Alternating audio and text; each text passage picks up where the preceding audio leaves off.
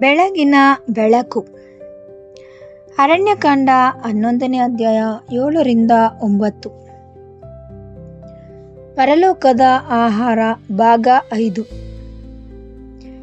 ಇಂದು ನಾವು ಮನ್ನಾ ಎಂಬ ಅದೇ ಸುಂದರವಾದ ವಿಷಯವನ್ನು ಮುಂದುವರಿಸುತ್ತೇವೆ. ಯೆಹೋವನು ಇಸ್ರಾಯೇಲರನ್ನು ಅರಣ್ಯದಲ್ಲಿ ಪರಲೋಕದ ಆಹಾರದಿಂದ ಪೋಷಿಸಿದನು ಎಂಬುದನ್ನು ನಾವು ಈಗಾಗಲೇ ನೋಡಿದ್ದೇವೆ.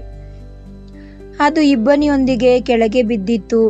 ಅದು ಧಾನ್ಯದ ಬೀಜದಂತೆ ಚಿಕ್ಕದಾಗಿತ್ತು, ಬಿಳಿ ಹಾಗೂ ಪರಿಶುದ್ಧವಾಗಿತ್ತು, ಜೇನುತುಪ್ಪದಂತೆ ಸಿಹಿಯಾಗಿತ್ತು ಮತ್ತು ಶುದ್ಧ ಎಣ್ಣೆಯಿಂದ ತಯಾರಿಸಿದ ರೊಟ್ಟಿಯಂತೆ ರುಚಿಕರವಾಗಿತ್ತು. ಇಂದು ನಾವು ಈ ಚಿತ್ರಣದ ಮತ್ತೊಂದು ಆಳವಾದ ಭಾಗವನ್ನು ನೋಡಲಿದ್ದೇವೆ. ಅದೇನೆಂದರೆ ಸಾಮಾನ್ಯವಾಗಿ ಸಂಗ್ರಹಿಸಿಡಲು ಸಾಧ್ಯವಾಗದಿದ್ದ ಮನ್ನಾ ಮತ್ತು ಯೆಹೋವನ ಆಜ್ಞೆಗೆ ವಿರುದ್ಧವಾಗಿ ಜನರು ಅದನ್ನು ಸಂಗ್ರಹಿಸಿಡಲು ಪ್ರಯತ್ನಿಸಿದಾಗ ಏನಾಯಿತು ಎಂಬುದು. ಯೆಹೋವನು ಇಸ್ರಾಯೇಲರಿಗೆ ಮನ್ನಾದ ಬಗ್ಗೆ ಪ್ರತಿದಿನದ ಒಂದು ಆಜ್ಞೆಯನ್ನು ನೀಡಿದನು. ಮೋಶೆಯು ಅದರಲ್ಲಿ ಯಾವುದನ್ನು ಮರುದಿನ ಮುಂಜಾನೆಯವರೆಗೂ ಉಳಿಸಬೇಡಿ ಎಂದು ಹೇಳಿದನು. ವಿಮೋಚನಕಾಂಡ 16ನೇ ಅಧ್ಯಾಯ 19ನೇ ವಾಕ್ಯ. ಇದು ಕೇವಲ ಆಹಾರದ ಬಗೆಗಿನ ನಿಯಮವಾಗಿರಲಿಲ್ಲ, ಅದು ಅವರ ನಂಬಿಕೆಯ ಪರೀಕ್ಷೆಯಾಗಿತ್ತು. ಯೆಹೋವನು ನಾಳೆಯೂ ತಮಗೆ ಆಹಾರವನ್ನು ನೀಡುತ್ತಾನೆ ಎಂಬುದನ್ನು ಇಸ್ರಾಯೇಲ್ಯರು ಕಲಿಯಬೇಕಾಗಿತ್ತು. ಅವರು ಭಯದಿಂದ ಅದನ್ನು ಒಟ್ಟುಗೂಡಿಸಬಾರದಾಗಿತ್ತು, ಅಪನಂಬಿಕೆಯಿಂದ ಸಂಗ್ರಹಿಸಿಡಬಾರದಿತ್ತು ಮತ್ತು ಮುಂದಿನ ದಿನ ಯೆಹೋವನು ತಮಗೆ ಸಹಾಯ ಮಾಡಲು ವಿಫಲನಾಗಬಹುದು ಎಂಬಂತೆ ಬದುಕಬಾರದಿತ್ತು.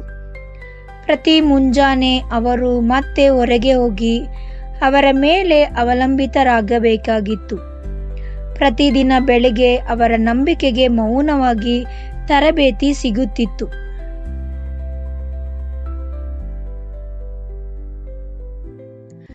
ಯೆಹೋವನು ವಾಕ್ಯವನ್ನು ಪ್ರತಿದಿನ ಹೊಸದಾಗಿ ಪಡೆದುಕೊಳ್ಳಬೇಕು ಎಂಬುದನ್ನು ಇದು ನಮಗೆ ಕಲಿಸುತ್ತದೆ. ಕ್ರಿಸ್ತನು ನಮಗೆ ದಿನನಿತ್ಯದ ಆಹಾರವನ್ನು ಇಂದು ದಯಪಾಲಿಸು ಎಂದು ಪ್ರಾರ್ಥಿಸಲು ಕಲಿಸಿದನು. ಮತ್ತಾಯ 6ನೇ ಅಧ್ಯಾಯ 11ನೇ ವಾಕ್ಯ. ಮತ್ತು ಶೋಧಕನು ಆತನ ಬಳಿ ಬಂದಾಗ, ಮನುಷ್ಯನು ರೊಟ್ಟಿಯಿಂದ ಮಾತ್ರವಲ್ಲ, ದೇವರ ಬಾಯಿಂದ ಹೊರಡುವ ಪ್ರತಿಯೊಂದು ವಚನದಿಂದ ಬದುಕುತ್ತಾನೆ ಎಂದು ಆತನು ಉತ್ತರಿಸಿದನು. ಮತ್ತಾಯ 4ನೇ ಅಧ್ಯಾಯ 4ನೇ ವಾಕ್ಯ. ಆದುದರಿಂದ ನಿನ್ನೆಯ ದಿನದ ಸಂಗ್ರಹವು ಇಂದಿನ ಆತ್ಮವನ್ನು ಪೋಷಿಸಲು ಸಾಧ್ಯವಿಲ್ಲ. ನಿನ್ನೆಯ ಪಾಠವು ನಿನ್ನೆಯ ಶಕ್ತಿಗೆ ಒಳ್ಳೆಯದಾಗಿತ್ತು, ಆದರೆ ಇಂದಿನ ದಿನಕ್ಕೆ ತನ್ನದೇ ಆದ ಕಷ್ಟಗಳು, ತನ್ನದೇ ಆದ ಶೋಧನೆಗಳು, ತನ್ನದೇ ಆದ ಕರ್ತವ್ಯಗಳು ಮತ್ತು ತನ್ನದೇ ಆದ ಅಗತ್ಯಗಳಿವೆ. ಬೇರೋಯ ಪಟ್ಟಣ ಜನರು ಇದಕ್ಕೆ ಒಂದು ಸುಂದರವಾದ ಉದಾಹರಣೆಯಾಗಿದ್ದಾರೆ.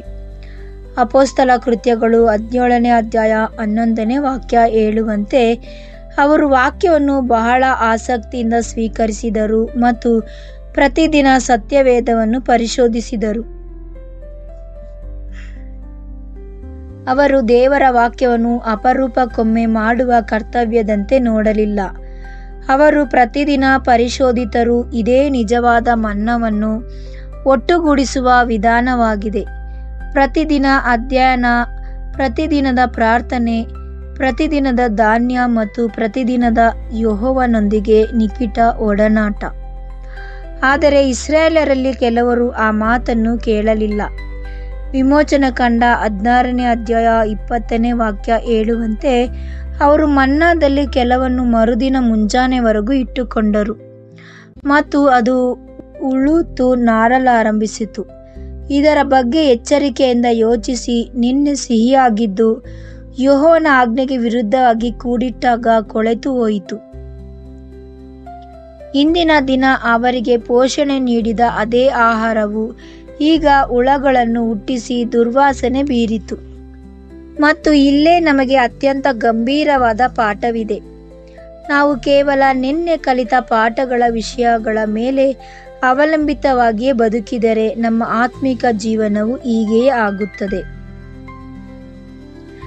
ಇಂದು ನಾವು ಹೊಸದಾಗಿ ಏನನ್ನು ಪಡೆದುಕೊಳ್ಳದಿದ್ದರೆ ನಮ್ಮ ಜೀವನದಲ್ಲಿ ಈಗಾಗಲೇ ಇರುವ ವಿಷಯಗಳು ಸಹ ನಮ್ಮ ಶಕ್ತಿಯನ್ನು ಕಳೆದುಕೊಳ್ಳಲು ಪ್ರಾರಂಭಿಸಬಹುದು. ನವೀಕರಿಸದ, ಪಾಲಿಸದ ಮತ್ತು ಬಳಸದ ಸತ್ಯವು ಹೃದಯದಿಂದ ನಿಧಾನವಾಗಿ ಮರೆಯಾಗಿ ಬಿಡಬಹುದು. ಕ್ರಿಸ್ತನು ಹೀಗೆ ಹೇಳಿದನು, ಯಾವನಿಗಾದರೂ ಇದ್ದರೆ ಅವನಿಗೆ ಹೆಚ್ಚಾಗಿ ಕೊಡಲ್ಪಟ್ಟು ಸಮೃದ್ಧಿಯಾಗುವುದು. ಯಾವನಿಗಾದರೂ ಇಲ್ಲದಿದ್ದರೆ ಅವನಿಗೆ ಇರುವುದು ಅವನಿಂದ ತೆಗೆಯಲ್ಪಡುವುದು. ಮತ್ತಾಯ 25ನೇ ಅಧ್ಯಾಯ 29ನೇ ವಾಕ್ಯ. ಇದು ನಮಗೆ ಏನನ್ನು ತೋರಿಸುತ್ತದೆ ಎಂದರೆ, ಆತ್ಮಿಕವಾಗಿ ನಿಷ್ಫಲವಾಗಿರುವ ವಿಶ್ವಾಸಿಯು ಕೇವಲ ಇದ್ದ ಜಾಗದಲ್ಲೇ ಉಳಿಯುವುದಿಲ್ಲ.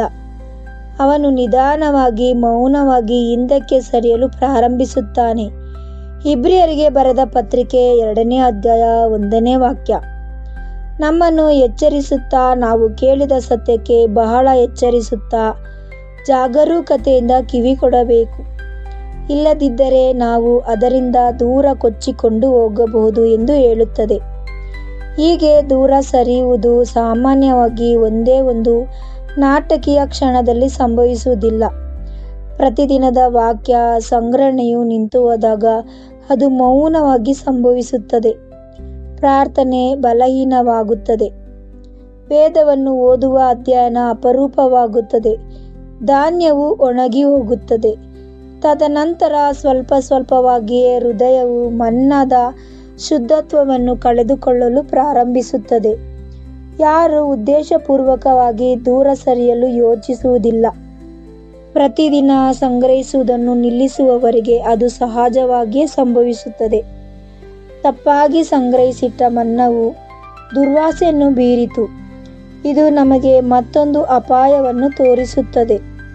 ಅವಿಧೇಯತೆಯಿಂದ ಹಿಡಿದುಕೊಂಡ ಸತ್ಯ, ಅಹಂಕಾರಕ್ಕಾಗಿ ಬಳಸಿದ ಸತ್ಯ ಅಥವಾ ತಪ್ಪು ಸಿದ್ಧಾಂತವಾಗಿ ತಿರುಗಿದ ಸತ್ಯವು ಯೆಹೋವನ ಮುಂದೆ ದುರ್ವಾಸನೆಯಾಗುತ್ತದೆ. ದೇವರ ವಾಕ್ಯವನ್ನು ಸರಿಯಾಗಿ ಬಳಸಿದಾಗ ಅದು ಪರಿಶುದ್ಧ, ಸಿಹಿ ಮತ್ತು ಜೀವ ನೀಡುವಂಥದ್ದಾಗಿರುತ್ತದೆ. ಆದರೆ ಮನುಷ್ಯರು ಅದನ್ನು ದುರುಪಯೋಗಪಡಿಸಿಕೊಂಡಾಗ, ತಿರುಗಿದಾಗ ಅಥವಾ ತಪ್ಪುಗಳನ್ನು ಬೆಂಬಲಿಸಲು ಬಳಸಿದಾಗ ಆಹಾರಕ್ಕಾಗಿ ನೀಡಲ್ಪಟ್ಟದ್ದೇ ಕೊಳೆತು ಹೋಗಬಹುದು. ಸತ್ಯದಿಂದ ಹಾದಿ ತಪ್ಪಿದವರ ಬಗ್ಗೆ ಪೌಲನು ಎಚ್ಚರಿಸುತ್ತಾ, ಅಂತಹ ಬೋಧನೆಯು ರೋಗದಂತೆ ಹರಡುತ್ತದೆ ಎಂದು ಹೇಳಿದನು. 2 ತಿಮೋಥಿ 2ನೇ ಅಧ್ಯಾಯ 17-18. ನಮ್ಮ ಸೇವೆಯು ದೇವರ ಮುಂದೆ ಕ್ರಿಸ್ತನ ಸುವಾಸನೆಯಾಗಿರಬೇಕು ಎಂದು ಅವನು ತೋರಿಸಿಕೊಟ್ಟನು. 2 ಕೊರಿಂಥದವರಿಗೆ 2ನೇ ಅಧ್ಯಾಯ 15ನೇ ವಾಕ್ಯ. ಆದಾಗ್ಯೂ ಕೆಲವರಿಗೆ ಅದೇ ಸಂದೇಶವು ಮರಣದ ವಾಸನೆಯಾಗುತ್ತದೆ ಎಂದು ಅವನು ಹೇಳಿದನು. 2 ಕೊರಿಂಥದವರಿಗೆ 2ನೇ ಅಧ್ಯಾಯ 16ನೇ ವಾಕ್ಯ. ಯೆಹೋವನ ವಾಕ್ಯದಲ್ಲಿ ಎಂದಿಗೂ ದೋಷವಿಲ್ಲ. ಅಪಾಯವಿರುವುದು ಮನುಷ್ಯರು ಅದನ್ನು ಹೇಗೆ ಸ್ವೀಕರಿಸುತ್ತಾರೆ, ಸಂಗ್ರಹಿಸುತ್ತಾರೆ, ನಿರ್ವಹಿಸುತ್ತಾರೆ ಮತ್ತು ಬಳಸುತ್ತಾರೆ ಎಂಬುದರಲ್ಲಿ ಮಾತ್ರ. ಆದುದರಿಂದ ಸಾಮಾನ್ಯ ಮನ್ನವನ್ನು ಸಂಗ್ರಹಿಸಿಡಲು ಸಾಧ್ಯವಿರಲಿಲ್ಲ. ಅದನ್ನು ಪ್ರತಿದಿನ ಹೊಸದಾಗಿ ಸಂಗ್ರಹಿಸಬೇಕಾಗಿತ್ತು. ಆ ದಿನವೇ ಉಣ್ಣಬೇಕಾಗಿತ್ತು ಮತ್ತು ಮರುದಿನ ಬೆಳಗ್ಗೆ ಮತ್ತೆ ಸಂಗ್ರಹಿಸಬೇಕಾಗಿತ್ತು. ಅರಣ್ಯದಲ್ಲಿ ಬಿದ್ದ ಎಲ್ಲ ಮನ್ನಗಳಿಗೆ ಇದೇ ನಿಯಮವಾಗಿತ್ತು. ಆದರೆ ಅದಕ್ಕೊಂದು ವಿನಾಯಿತಿ ಇತ್ತು. ಯೆಹೋವನು ಸಂಗ್ರಹಿಸಿಡಲು ಆಜ್ಞಾಪಿಸಿದ ಒಂದೇ ಒಂದು ಪಾಲು ಇತ್ತು ಮತ್ತು ಆ ಪಾಲು ಎಂದಿಗೂ ಹಾಳಾಗಲಿಲ್ಲ. ಅದನ್ನು ಚಿನ್ನದ ಪಾತ್ರೆಯಲ್ಲಿಟ್ಟು ಸ್ವತಃ ಯೆಹೋವನ ಮುಂದೆಯೇ ಇಡಲಾಯಿತು ಮತ್ತು ಅದು ಎಲ್ಲ ತಲೆಮಾರುಗಳವರೆಗೂ ಪರಿಶುದ್ಧವಾಗಿಯೇ ಉಳಿಯಿತು. ಉಳಿದಿದ್ದೆಲ್ಲ ಪಾಲುಗಳು ಉಳುತು ಹೋಗುತ್ತಿದ್ದಾಗ ಆ ಒಂದು ಪಾಲು ಮಾತ್ರ ಏಕೆ ಎಂದಿಗೂ ಕೊಳೆಯಲಿಲ್ಲ? ಮತ್ತು ಆ ರೊಟ್ಟಿಯ ಪಾತ್ರೆಯನ್ನು ಸಂರಕ್ಷಿಸಿಡುವ ಮೂಲಕ ಯೆಹೋವನು ತನಗೆ ನಮಗೆ ಏನನ್ನು ತೋರಿಸುತ್ತಿದ್ದಾನೆ? ಇಲ್ಲಿಂದಲೇ ನಾವು ಮುಂದುವರಿಸಲಿದ್ದೇವೆ. ಪ್ರಾರ್ಥನೆ. ಓ ನಮ್ಮ ದೇವರಾದ ಯೆಹೋವನೇ, ಪ್ರತಿದಿನ ವಾಕ್ಯ ಸಂಗ್ರಹಣೆಯು ನಿಂತು ಹೋದಾಗ ಮೌನವಾಗಿ ಸಂಭವಿಸುವ ಆಧ್ಯಾತ್ಮಿಕ ದಾಸ್ಯ ಮತ್ತು ದೂರು ಸರಿಯುವಿಕೆಯಿಂದ ನಮ್ಮನ್ನು ಕಾಪಾಡು. ಇಂದಿನ ನಮ್ಮ ಹೃದಯವು ಒಣಗಿ ಹೋಗುತ್ತಿರುವಾಗ ನಾವು ನೆನ್ನೆಯ ಮನ್ನಾದ ಮೇಲೆ ಜೀವಿಸಲು ಬಯಸುವುದಿಲ್ಲ. ಪ್ರತಿ ಮುಂಜಾನೆ ನಮಗೆ ತಾಜಾ ಆಹಾರವನ್ನು ದಯಪಾಲಿಸು ಮತ್ತು ನಾಳೆಯ ಪಾಲಿಗಾಗಿ ನಿನ್ನನ್ನು ನಂಬುವುದನ್ನು ನಮಗೆ ಕಲಿಸು. ನಿತ್ಯ ಸತ್ಯವನ್ನು ನಾವು ಅಹಂಕಾರದಿಂದಾಗಲಿ ಅಥವಾ ಅವಿಧತೆಯಿಂದಾಗಲಿ ದುರುಪಯೋಗಪಡಿಸಿಕೊಳ್ಳದಂತೆ ನಮ್ಮನ್ನು ಕಾಯು. ಇಲ್ಲದಿದ್ದರೆ ಆ ಸಿಹಿಯು ಕೊಳಕಾಗಿ ಬದಲಾಯಿತು. ಬೇರೆಯ ಪಟ್ಟಣದ ಜನರಂತೆ ನಿನ್ನ ವಾಕ್ಯವನ್ನು ಪ್ರತಿದಿನ ಮತ್ತು ಅತ್ಯಂತ ಆಸಕ್ತಿಯಿಂದಲೂ ಪರಿಶೋಧಿಸುವಂತೆ ನಮ್ಮನ್ನು ಮಾಡು. ಬನ್ನಿರಿ, ಯೆಹೋವನು ತಿಳಿದುಕೊಳ್ಳಲು ನಾವು ಮುಂದುವರಿಸೋಣ. ಮುಂಜಾನೆಯು ಬರುವುದು ಎಷ್ಟು ನಿಶ್ಚಯವೋ ಆತನು ನಮಗೆ ಉತ್ತರಿಸುವುದು ಅಷ್ಟೇ ನಿಶ್ಚಯ. ಹೋಶೇಯ ಬರೆದ ಪತ್ರಿಕೆ 6ನೇ ಅಧ್ಯಾಯ 3ನೇ ವಾಕ್ಯ. ಪರಲೋಕದಿಂದ ಇಳಿದು ಬಂದ ಸತ್ಯವಾದ ಆಹಾರವಾಗಿರುವ ಕ್ರಿಸ್ತನ ನಾಮದಲ್ಲಿ ಪ್ರಾರ್ಥಿಸುತ್ತೇವೆ ನಮ್ಮ ಪರಮ ತಂದೆಯೇ, ಆಮೇನ್.